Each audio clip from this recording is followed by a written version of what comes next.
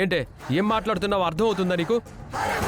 మా మమ్మీ ఎందుకు చెప్తుందో అర్థం కావట్లేదా? సరే అండి, నేనేమి మీ అమ్మగారి మాటకి ఎదురు చెప్పట్లేదు కదా. ఆవిడ పెట్టబోయే కొత్త బిజినెస్ షాప్ ఓపెనింగ్ కి చంటితో ఓపెనింగ్ చేయించమని అడుగుతున్నాను. అది ఎప్పటికీ జరగదు.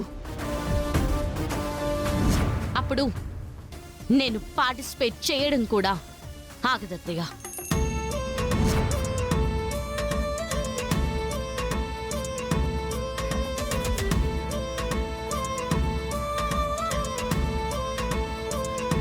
అసలేం చూసుకునే నీకింత ధైర్యం? ఏం చూసుకుని నువ్వు కాంపిటీషన్ లో పేరిచ్చావు? తను గ్లామర్ గా ఉంటుంది, స్లిమ్ గా ఉంటుంది కాబట్టి ఆ కాన్ఫిడెన్స్ తో పేరిచ్చింది. దానికంటే ఎక్కువ తెలివుంది, సమర్థత ఉంది, గెలవగలను అన్న నమ్మకం నాకుంది.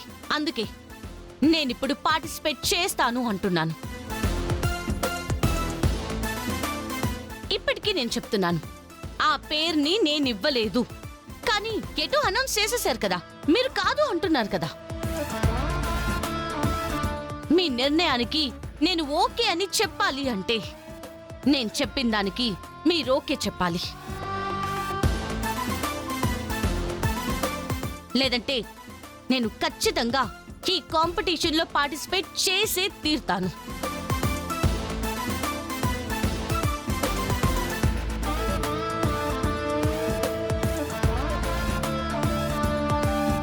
సరే అయితే, నీ తెలివితేటల మీద, నీ ఆత్మస్థైర్యం మీద, నీ సమర్థత మీద నీకు నమ్మకం ఉంది కదా.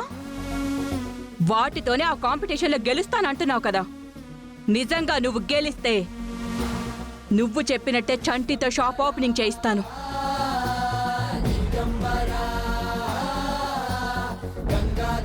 ఒకవేళ నువ్వు ఓడిపోతే ఏంటి?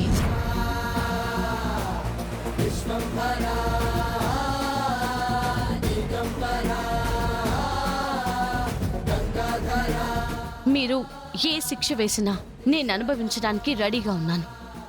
అయితే చెప్తున్నాను విను. కాంపిటీషన్లో నువ్వు ఓడిపోతే నా కొడుక్కి విడాకులు ఇవ్వాలి.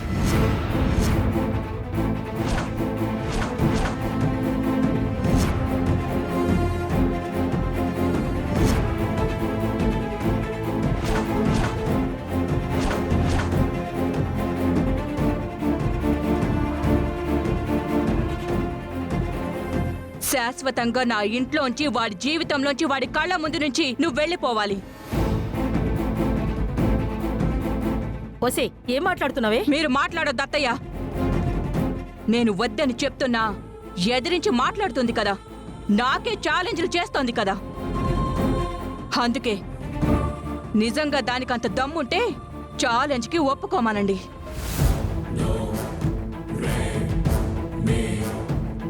మా మమ్మీ చెప్పింది వినపడింది కదా, ఆవిడ మాటకే నేను కట్టుబడున్నాను.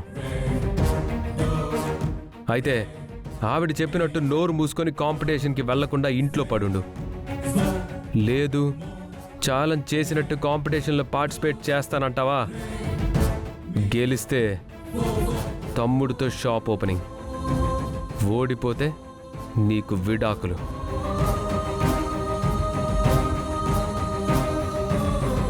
ఇక దీని గురించి ఆర్గ్యుమెంట్ అనవసరం.